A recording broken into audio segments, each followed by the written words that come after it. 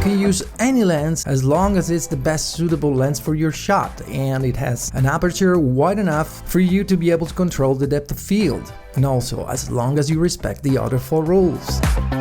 5 rules, the golden rules to respect in order to be able to get the most cinematic footage.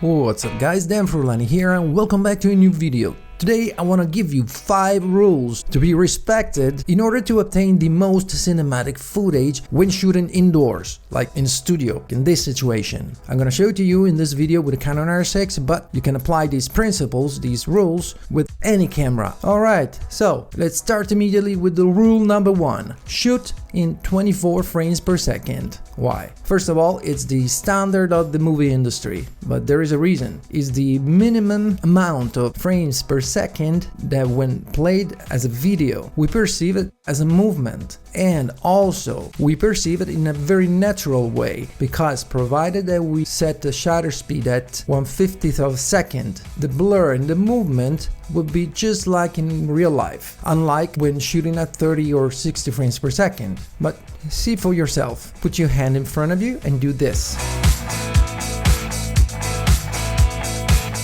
I'm sure you can see it blurred, just like here. But if you shoot at a different frame rate, like 30 for example, that's not gonna look like that. There will be much less motion blur and that won't look natural, so not cinematic. So rule number 1, shoot in 24 frames per second, and then rule number 2, choose the best suitable lens for your shot. I could tell you that in the movie industry they tend to use prime lenses, usually a 35, 50 and an 85mm with a wide aperture. Well, let's say prime lenses mostly because of their quality and also because in the movies there isn't much zooming in and out, not often. Also, prime lenses tend to have a wider maximum aperture. And here we go to rule number 3. We have to control depth of field. And how do we do that?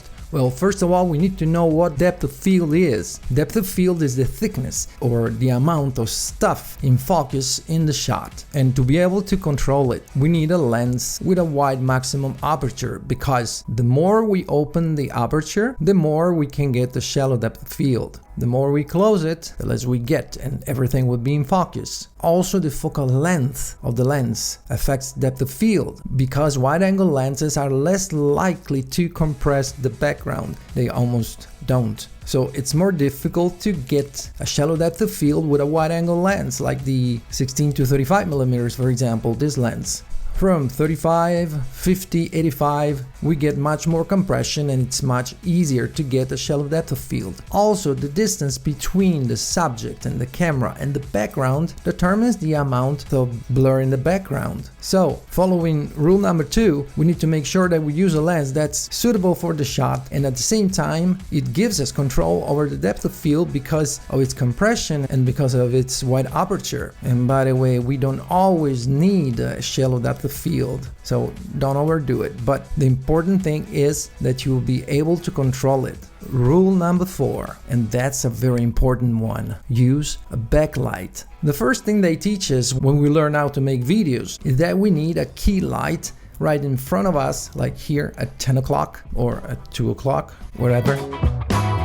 And that's very important, yes, but if you want your footage to look cinematic and also you want to produce some particular effects, very cinematic, you need a backlight, a light in the back. And the more the light in the back, on the back of the subject, will be strong, the more the effect will be visible. It gives more depth to the scene and it makes the subject stand out, pop out. So it's really important that you start playing around with the light in the back, try different things, experiment, but if you want your footage to look cinematic, you definitely need at least one light on the back of the subject. If you also add some extra lights in the background, so much the better. Rule number 5, color grade your footage. If you own a Canon R6 or a Canon R6 Mark II or a Canon R7 or a Canon R5 and so on, a camera that has a flat profile, a C-Log or C-Log 3 or C-Log 2, whatever, you have to use it, and then you have to color grade it in post.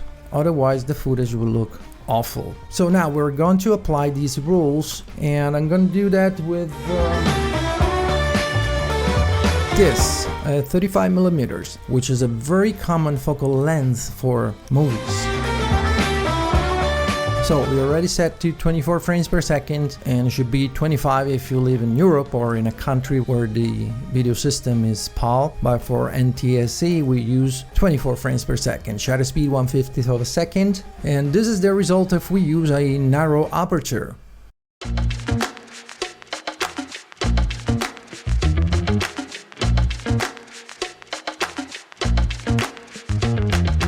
To make it look a little bit more cinematic, since we already applied the rule number 1, the 24 frames per second, we chosen the lens, the 35 millimeters in this case, so rule number 2, it has a wide aperture and pretty decent quality. And now, rule number 3, let's control the depth of field. Let's open it up, and this is the result.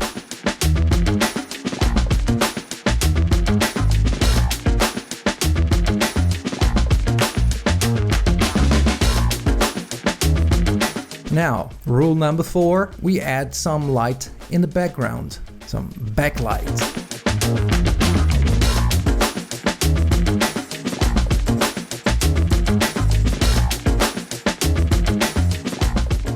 We can also use some extra lights in the background, some LED signs, for example.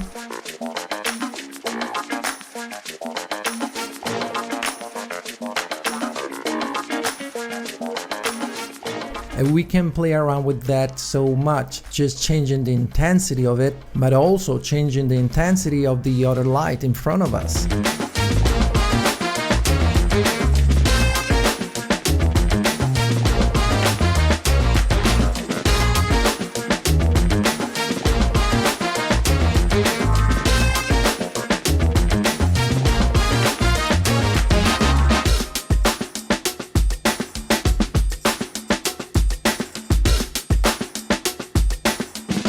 Or turning it off completely and just use the backlight.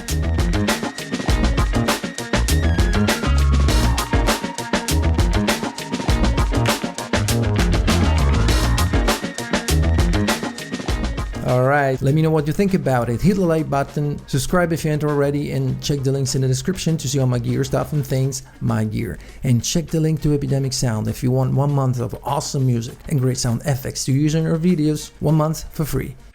So these are the 5 rules, the golden rules in my opinion, to respect in order to be able to get the most cinematic footage. There are other things that could be done, like the aspect ratio or slow motion, but in my opinion things like slow motion are not really necessary, because slow motion is considered cinematic. But think about it. Cinematic, it means that you see it in the movies. When's the last time you've seen a cinematic sequence in a movie in slow motion?